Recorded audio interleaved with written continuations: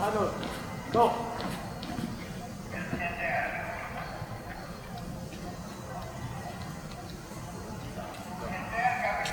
May wide na to.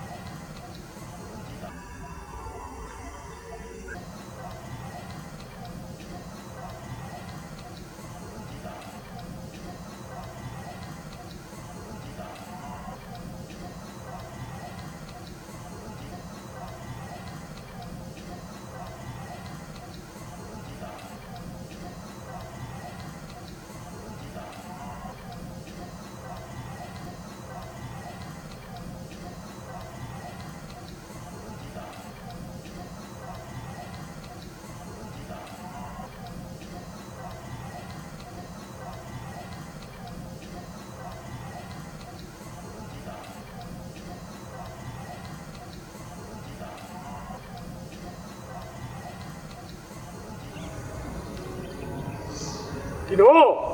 Handa na po ang mga tanod sa pag-angat ng mga watawat.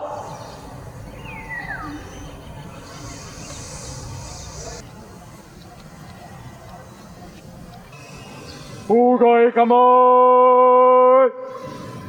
Na!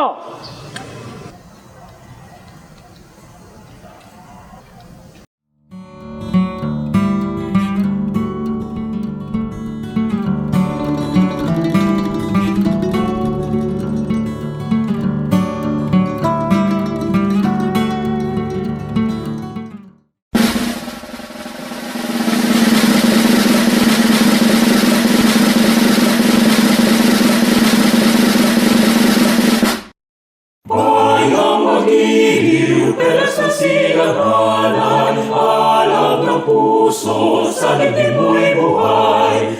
Lupang hinirang, duyan ka ng magiting, sa manlulupi, di ka pasisiit. Sa dagat at bundok, sa simoy at sa langit ng bagaw, may nilagang tula at awit sa paglayang minamahal. Ang islat ng watawat mo'y tagumpay na nagdinigdig, ang bituin at araw niya kailan pa may di magdidilig. Lupa ng araw ng walhati pagsinta, buhay ay langit sa piling mo.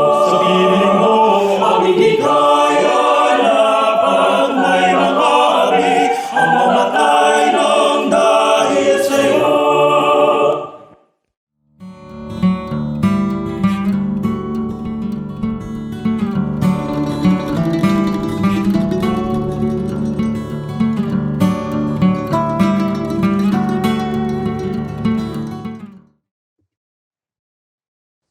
Maganda at masayang umaga po sa lahat.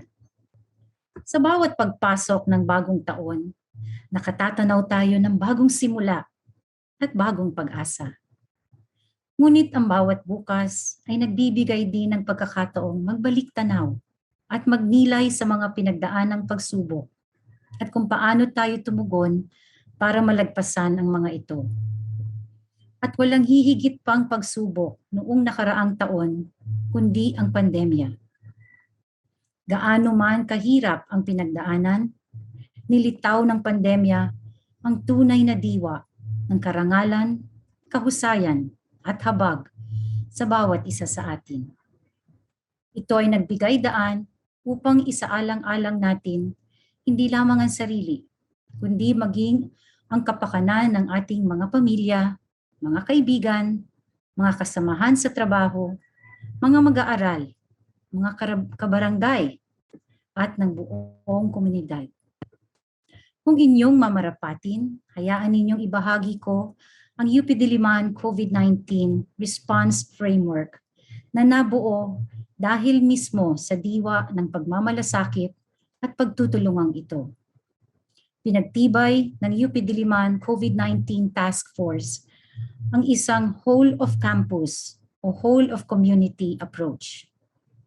Ang response framework na ito na binuo sa pamamagitan ng sama-samang pagsisikap ng task force upang tumulong tugunan ang mga hamon ng pandemya, hindi lamang ukol sa kalusugan, kundi maging sa patuloy na pagtupad sa ating mandato bilang isang pambansang universidad.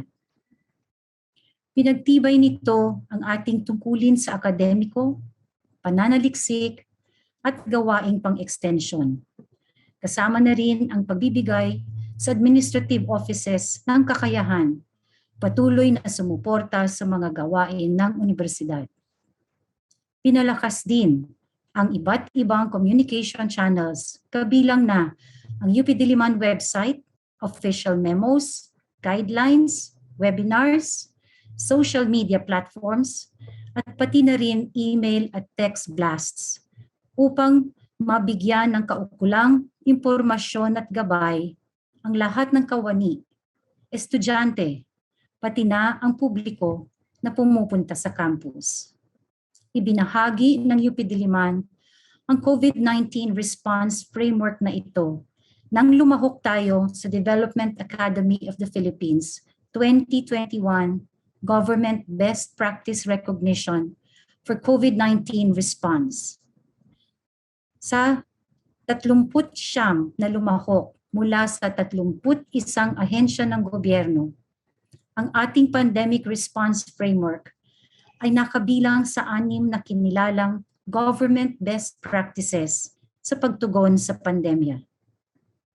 Ang UPD COVID-19 Task Force ay nagawaran din ng UP System Gawad Pangulo Award for Excellence in Public Service, kasama ng 3 pang proyekto ng UP Diliman na nabigyan ng nasabing gawad.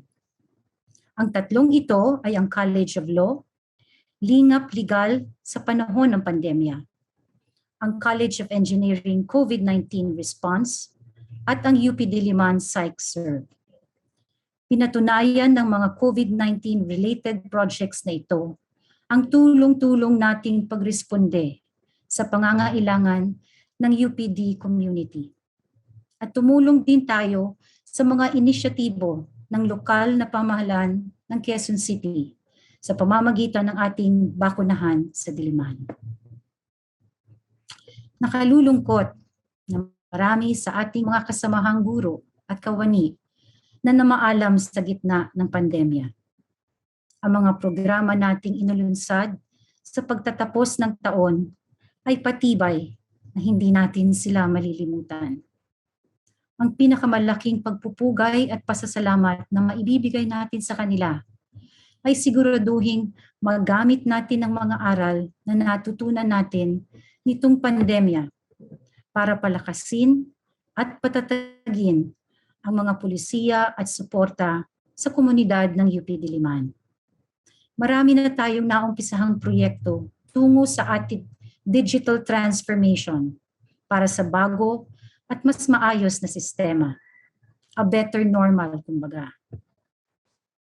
Sa pagsasalubong natin sa 2022, magpapasalamat pa rin tayo sa mga biyaya at aral ng nakaraang taon, sabay ng dalangin at pag-asa sa mas magandang bukas. Sa pagpupursige natin sa ating digital transformation, itutuloy natin ang pagsasaayos ng ating mga proseso at pagbuo ng integrated databases at system para sa mas mabisa at maayos na operasyon. Inihikayat din namin ang lahat na makilahok at maging kabalikat namin sa pagharap sa patuloy na hamon ng pandemya. Nawa ang lahat ay makapagbakuna at makapag-booster. Patuloy nating sundin ang health protocols dahil nagbabanta na naman ang pagtaas ng mga kaso ng COVID mula sa Omicron variant. Higit sa lahat, magkaisa at magtulungan tayo. Ang UP Diliman, katulong ng COVID-19 Task Force, ay mananatiling nakatuon at handang magbigay ng tulong at suporta para tugunan ang pangangailangan ng komunidad. Kapit-bisig para sa sama-samang lakas ng UP Diliman. Maligaya, masigla, at mapagpalang bagong taon po sa inyong lahat. Maraming salamat.